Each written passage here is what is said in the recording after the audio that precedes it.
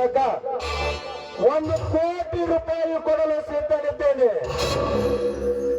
ಸಿಕ್ಕ ಅವಕಾಶ ಕಳೆದುಕೊಳ್ಳಬೇಡ. ಮುರಾರಿ, ಇದೀಗ ತುಂಬಿಟ್ಟಿರುವ ಹಣದ ಸುಟ್ಟಿಗೆ ತೆಗೆದುಕೊಂಡು ಬಾ. ಆಯ್ತು ಅಡ್ರಿಯಪ್ಪ, ಅದನ್ನ ತಗೊಂಡ್ಬರ್ತೀನಿ ಹೋಗಿ.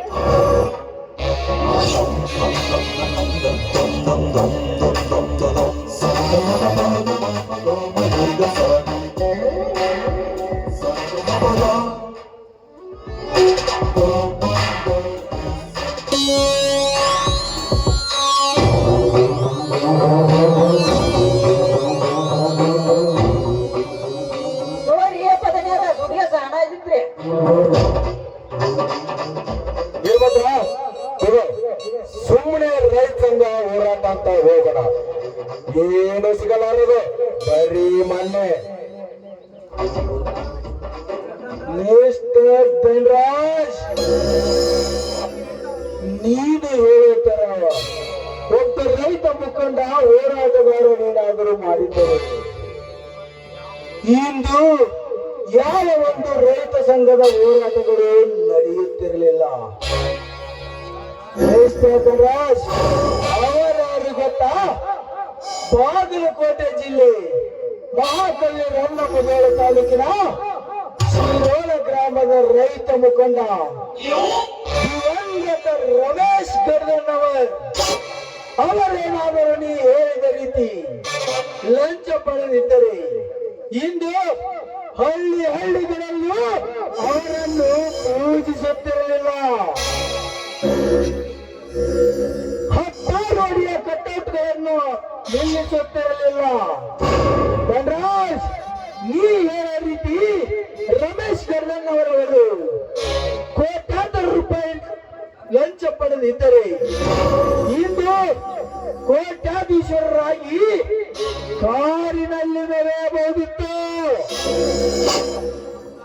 ಆದರೆ ಅವರು ಹಾಗೆ ಮಾಡಲಿಲ್ಲ. ಅವರೊಬ್ಬ ರೈತ ಸಂಘದ ನಿಷ್ಠಾವಂತ ದಿಟ್ಟ ಹೋರಾಟಗಾರ ಅಂತ ನನ್ನ ಎದೆ ತಟ್ಟಿ ಹೇಳುತ್ತೇನೆ.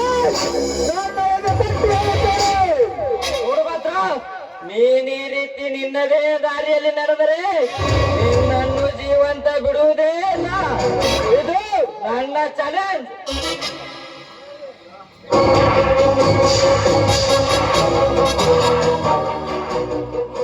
ನೋಡ್ಪ, ಇದು ಬಂದ್ರಪ್ಪ, ದೊಡ್ಡಾರು ಕೂಡ ಗುದ್ದಾಡಿ ಗುದಿ ಹಾಸ್ಕೊಳ್ಬೇಕಾಗಿತ್ತು ಅಂತೀನಿ. ಸುಮ್ಮನೆ ನಮ್ಮ ಮನೆಯವ್ರು ಹೇಳಿದಂಗೆ ಕೇಳ್ಬಿಡಲ್ಲ. ಇದ್ರ ಮ್ಯಾಗ ನಿನ್ನಿಷ್ಟ ನೋಡ್ಪ. ಏ ಮುರಾರಿ, ಅವನಿಗೆ ಯಾಕೆ ಅಂದ್ರೆ ಮಾತಾಡ್ತಿ? ಅವ ಏನ್ ಮಾಡ್ತಾನೋ ನಾನು ನೋಡ್ತೇನೆ. ನನ್ನ ಹಣ ಬಲ ಗೆಲ್ಲೋದು ಏನು ಅವನ ಜನ ಬಲ ಗೆಲ್ಲೋದು ಅನ್ನೋದು. ಇದು ನಾನು ಹಾಕುತ್ತಿರುವ ಚಾಲೆಂಜ್. ಬ್ರಿಟಿಷರಿಗೆ ಅಂಜದ ಕೆಚ್ಚದೆ ವೀರ, ಹಾಲು ಮತದ ಒಲೆ ವೀರ ಸಂಗೊಳ್ಳಿ ರಾಯಣ್ಣ ಎತ್ತಿ ಬಂದಿರುವ ಗಂಡು ಮೆಟ್ಟಿದ ನಾಡು ಎಂದು ಹೆಸರು ಹಾಕಿರುವ ಉತ್ತರ ಕರ್ನಾಟಕದ ಹುಲಿಗಣ ನಾನು. ಈ ಹುಲಿಗೆ ಚಾಲೆಂಜ್ ಹಾಕುತ್ತೀರೇನೋ ಗೊತ್ತಿಲ್ಲ.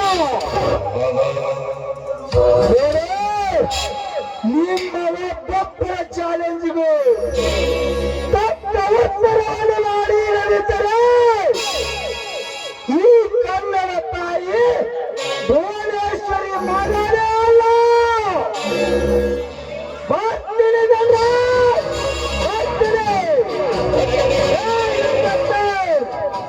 ಬರ್ತೀನಿ ಇನ್ಸ್ಪೆಕ್ಟರ್, ಬರ್ತೀನಿ.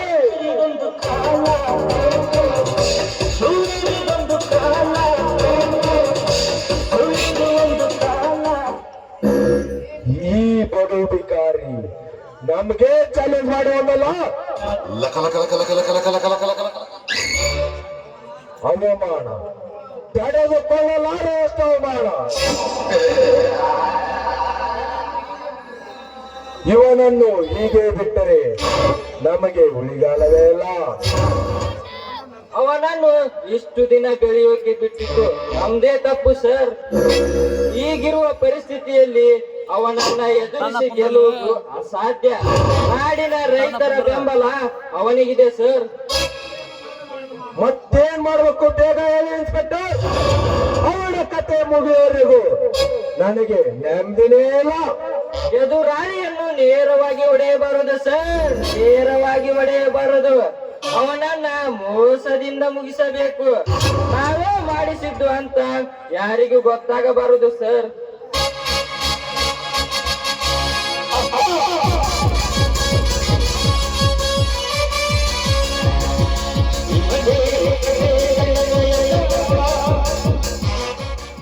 ನಮಸ್ಕಾರ ಇನ್ಸ್ಪೆಕ್ಟರ್. ನಮಸ್ಕಾರ. ಏನು ಆಳವಾಗಿ ಯೋಚನೆ ಮಾಡುತ್ತಿರುವಾಗಿದೆ?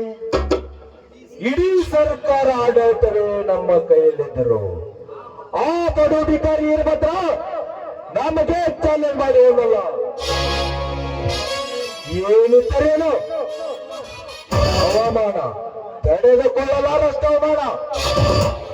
ನೋಡಿ ಸರ್, ನನಗೆ 1 ಗಂಟೆ ಟೈಮ್ ಕೊಡಿ.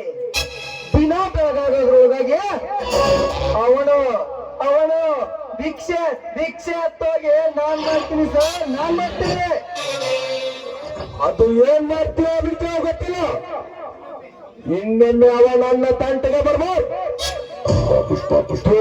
ಎಷ್ಟೇ ಖರ್ಚಾಗಲಿ ನಾನು ಕೊಡ್ತೇನೆ. ಆದರೆ ಟಿವಿಯಲ್ಲಿ ಪೇಪರ್ನಲ್ಲಿ ನನ್ನ ಹೆಸರು ಬರಬಾರ್ದು. ಅದರ ಬಗ್ಗೆ ನೀವೇನು ಚಿಂತೆ ಮಾಡಬೇಡಿ ಸರ್, ಚಿಂತೆನೇ ಮಾಡಬೇಡಿ. ಈ ಸುಂದರಾಜ್ ಮಾತ್ಮೆ ಕೊಟ್ಟ ಮೇಲೆ ಮುಗೀತು ಅವನ ಕತೆ. ಬನ್ನಿ ಸರ್, ಹೋಗೋಣ ಬನ್ನಿ.